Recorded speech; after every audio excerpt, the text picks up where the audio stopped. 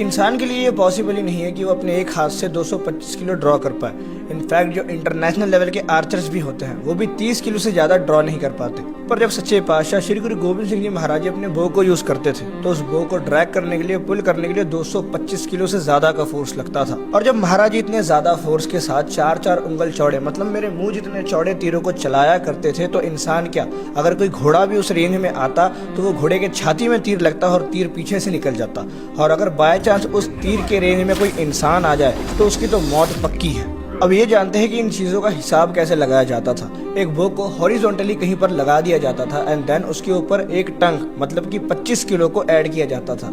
तब तक उस चीज़ में वेट बढ़ाया जाता था, तब तक उस बो में वेट बढ़ाया जाता था, तब तक उसकी जो रस्सी है, जो स्ट्रिंग है वो पूरी तरीके से ड्रॉ ना हो जाए। तो जब गुरु महाराज जी के बो को ड्रॉ करना पड़ता था तो 225 किलो यानी कि 9 टंग लगाना पड़ता था। आफ्टर दैट गुरु महाराज जी के बो की जो स्ट्रिंग है वो पूरी तरीके से ड्रॉ हो पाती थी। अब तुम लोग खुद ही सोचो कि उस बो को खींचने के लिए कितनी ज़्यादा ताकत लगती होगी। लोगों को तो लगता था कि गुरु महाराज जी के पास कोई करामात है या फिर कोई दैवीय शक्ति है जिससे गुरु महाराज जी ये सब सारी चीजें कर पाते हैं। एक बार की बात है जब अनंतपुर साहिब से 13 किलोमीटर दूरी पर कुछ मुगल राजे तंबू लगाकर बैठते हैं। गुरु महाराज जी दूरबीन से उन राजों को देखते हैं और उनके तरफ एक करारा तीर चलाते हैं। वो तीर जाकर सीधा ही उन मुगल राजों के पलंग पर लगता है। जैसे ही वो तीर उन मुगल राजों के पलंग पर लगता है उन मुगल राजों की फट जाती है और वो लोग बोलते हैं कि हम लोगों पर किसने हमला किया।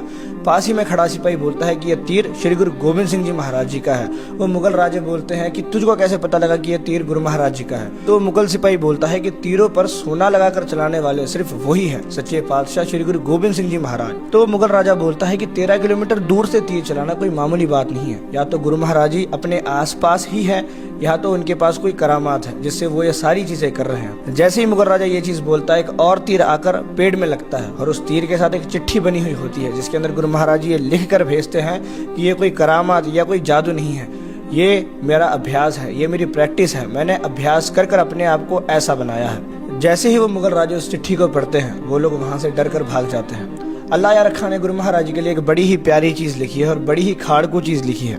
वो लिखते हैं कि इजाजत ही नहीं है हमें रण की, वरना मिट्टी तक उड़ा सकते हैं दुश्मन के चमन की। मतलब कि गुरु महाराज जी कहते हैं कि मुझे इजाजत नहीं है लड़ाई करने की, युद्ध करने की, वरना मैं दुश्मन के चमन की मिट्टी तक उड़ा सकता हूँ।